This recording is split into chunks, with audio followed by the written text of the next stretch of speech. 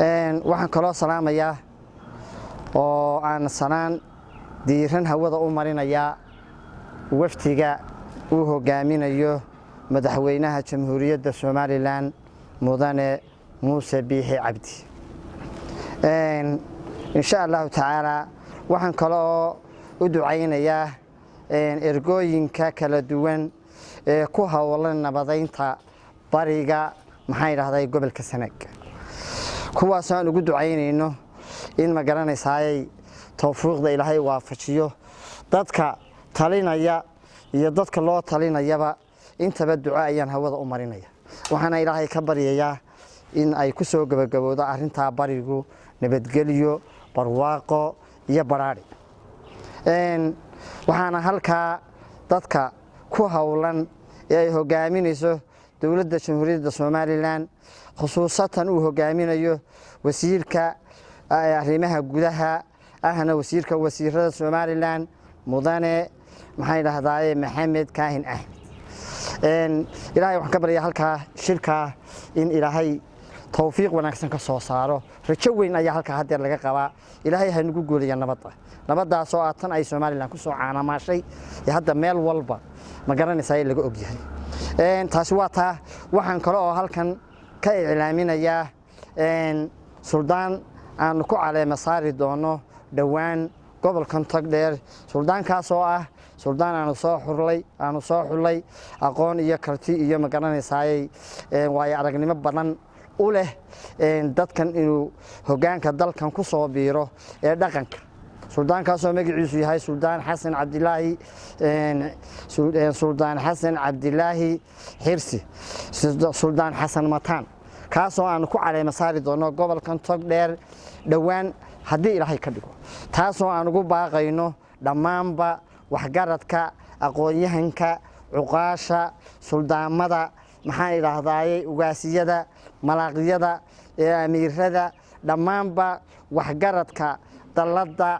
maxay yiraahdaaye dhaqanka aanu ku wargelinayno inay ka soo qayb galaan caleema saarka aanu caleema saari doono Suldaan Xasan maxay yiraahdaaye Cabdilaahi Ahmed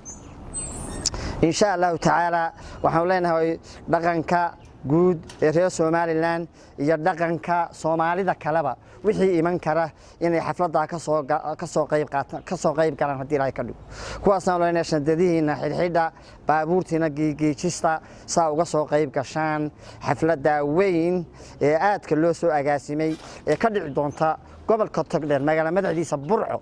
taas ayaan maxay yiraahday hawada u marinaya dhamaanba waxgaradka iyo cuqaasha reer Soomaaliland iyo reer Soomaaliyaba intii wixii danaynaya cidda Soomaaliya ka soo qayb galaysa waa cidda danaynaysa maxaan yiraahday Soomaaliland inay wax qabsatay oo danaynaysa nabadgelyada iyo maxay yiraahdaa wax qabadka Soomaaliland ay qabsatay inta markaan ka gudbaan waxaan soo gudbayaa shirka ma garanaysaa wada hadalka Soomaaliya iyo Soomaaliland ee ka dhacaya Djibouti hadii Ilaahay ka dhigo shirkaas oo anagu aanu soo agaasinay oo aanu soo xulay haliyeeyo aad iyo aad u qiimo badan oo maxaa yiraahdaaye insha Allah aanu uga dambeynayno oo u faradhuuban oo aanu u igmanay in ay matalaan dalka kan reer Soomaaliland taasoo aanan wax shakiya ka qabin aanan ku kalsoonahay ma garanaysaa dadkuna ay wada garan doonaan hadii Ilaahay ka dhigo reer Soomaaliya waxaan doonaynaa inaan wada hadalno ma xuma in la wada hadlaa waxun maaha waa shay wacan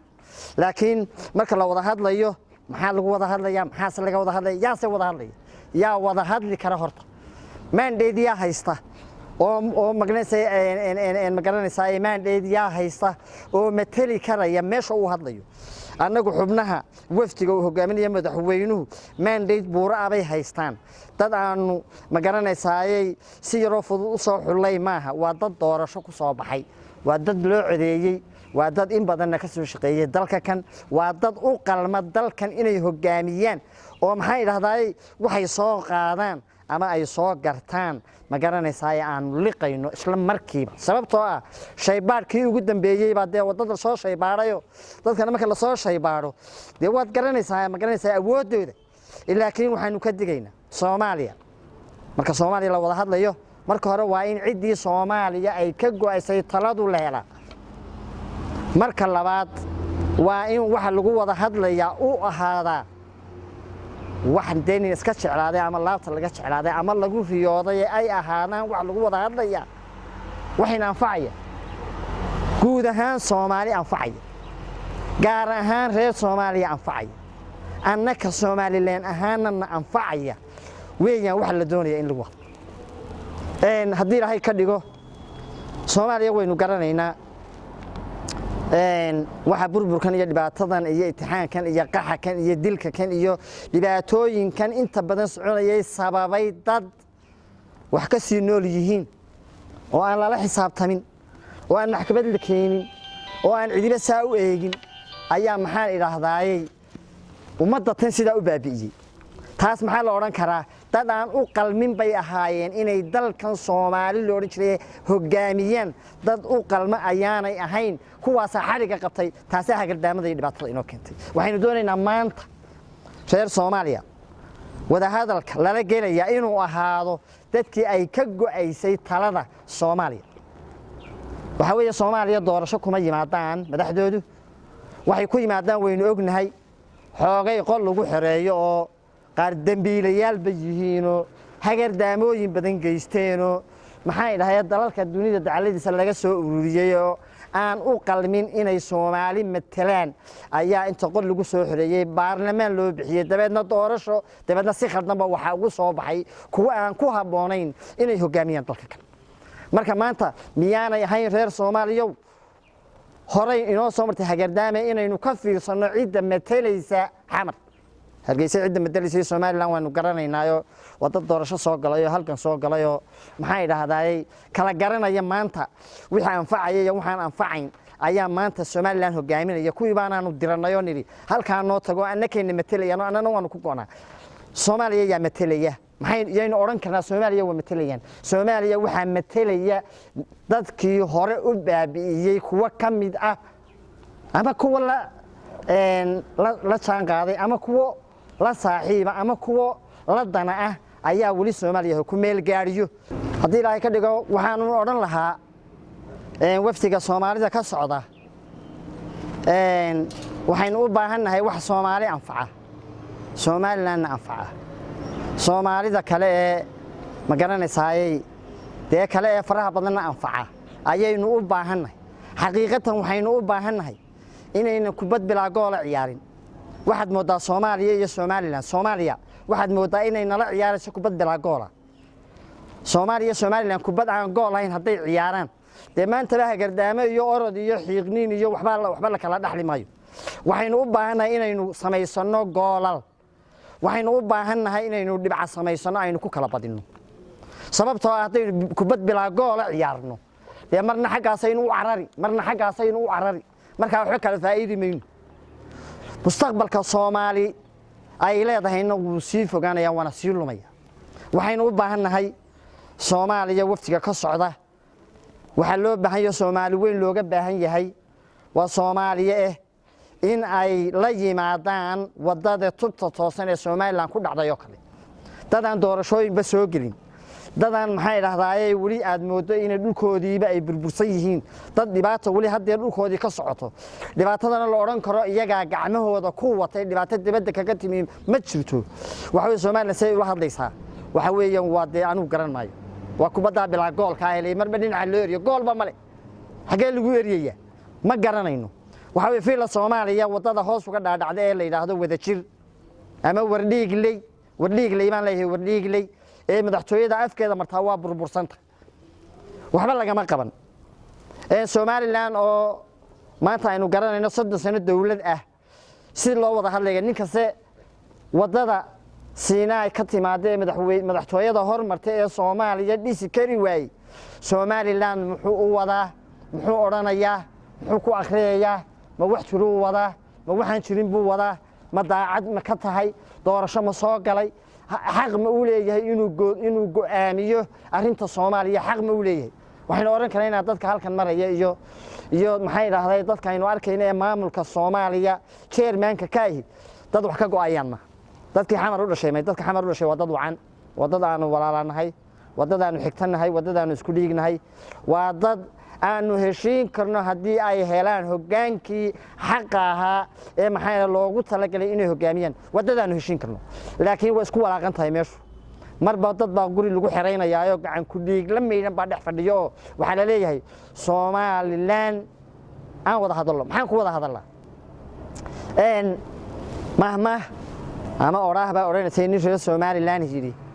ninka waranka daxal kale kula daydayay marnaba aan ku daynayn dil intaanu ku badil ninka waranka daxal kale kula daydayay marnaba aan ku daynayn dil intaanu ku badil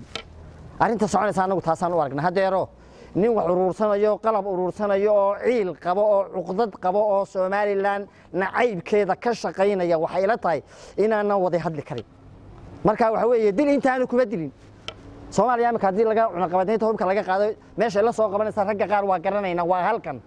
annaguna hadii amika cunaqabateynta la qaado ragga ka furanayuu baanu nahay dagaal lama yaqaanaan way ka yaacaan hubkii Soomaaliyaba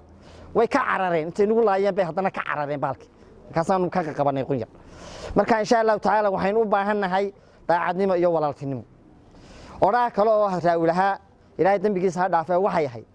marka daawad lala tago nin dadsan iskaga haro annaga ku dirino halka daran ku dhicino sida loogu dabar go'ay deelay ka tirine nin dabcow dan uga guro marka insha Allah taala dadkan reer Somaliland waa dad aynu oran karno mustaqbalkooda yaqaanaan meesha u socdaana way yaqaanaan waxay qabsan karayaanna way yaqaanaan cadawgoodana way yaqaanaan waxaan leenahay maanta wali ma dhawa dhowdu wali dhagaha uma dhaadhicin waxa weeye hees Somaliland waxaan ka maqlayay iyadoo leh oranaysay oraah baa ku jirtay oranaysay aad u qiimo badan dhagaha ugu rida inaanay dhacin qoliyaha hadeer Soomaali weyn ka socda ee Soomaaliya ka socda wali may liqin qadiyada Somaliland iyo Jamhuuriyadda Somaliland iyo mudanayaasheeda iyo margooyinkooda waxay qabsadeen wali may liqin way xastayaan waxaana ku fiicnaan lahayd war inagoo aan isxastin ee soo dhaweyna war inagoo wax wada qabsana inagoo Somaliland iyo Soomaaliya ayay ku wacnaan lahayd halka lagu shirayo Jamhuuriyadda Djibouti madaxweynaha Jamhuuriyadda Djibouti waxaan oran lahaa Djibouti waa Soomaali hadii Soomaali la isku darayana horta sii horaan qaad oo sii wadwad inanka Itoobiya chairmanka kaana maana safaqoonne isagana waxaan leeyahay sii horaan qaad marka insha Allah ummadda tani maanta iyo adduunyada tani maanta nabadgelyo u baahan tahay dunidu maanta nabadgelyo u baahan tahay dunidu maanta aqoon bay u baahan tahay wax qabsi bay u baahan tahay xaqiiqay u baahan tahay beenta in la iskala tago oo runta la isugu yimaado danteena ayaa ku jirta reer Soomaaliya waxaan leenahay waryaar aan wax wada qabsano waryaar kala tagnaya aan kala ciil aanu waryaar wixii hore aynu bedelo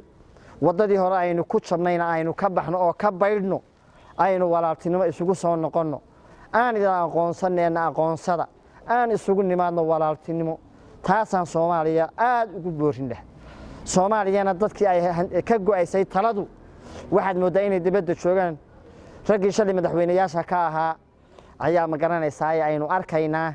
in la ceyrsanayo la baacsanayo kuwii taladu ka go'say xamar iska laha xamar dadka iskale ayay taladu ka go'aysaa nin tuulo ka yimi tala ka go'i mayso isuna dhiibi mayno waxna ka akhrisan mayno mana macquul ma aha niman ma garanaysaa taladii Soomaaliya goyn karaynin inuu ila tala ila gooyo maxaa lagu la gooyaadeer adiga ma ka go'an maxaa ka go'a insha Allah taala waxaan ku dardar gelinayaa shirweynaha Djibouti ka dhacaya in xaqiiqada la isula tago riwaayadii beentii hore la iskala tago Somaliland lagu ictiraafo oo la ogaado halkani inay tahay meeshii Soomaali isu keentay markii dambana meeshii Soomaali lagu kala noqday inay halkan tan hal ogaado oo hadeer ha loo dhaqaaqo tubtii toosneed ee sax ahayd ee markii hore inaga xumaatay oo aynu isbarbar soconno taasaan ku baraarujin lahaa inay ka soo baxdo yidiila waa muuqataa laakiin wax ka dhaba iyo wax ka runa iyo wax ka xaqiiqa ah waynu arki doonaa hadii Ilaahay ka dhigo insha Allah taala waxaan ku soo gabagabaynayaa Soomaali waa walaalo haddii ilaahay ka dhigo waana isu baahan tahay waana ismiciisan kartaa waana isgarabsan kartaa haddii wadadeedii la maro haddii wadadeedii lagu tooso Soomaali wax waa wada qabsan kartaa tan hadeer wada hadlaysa iyo ta kale ee maqanba Soomaali waa afgaran kartaa waxna waa qabsan kartaa laakiin waxa ka horeeya wadadii loo marayay oo la hagaajiyay ayaa ka horeysa insha Allah taala intaasaan ku soo gabagabeynaya barnaamijka waxaana mar labaad ku bogaadinayaa in maxay idhaahdaaye wada hadal Soomaaliya inay diyaar tahay adduunka dhan uu arko ay naga go'an tahay laakiin la doonayo Soomaaliya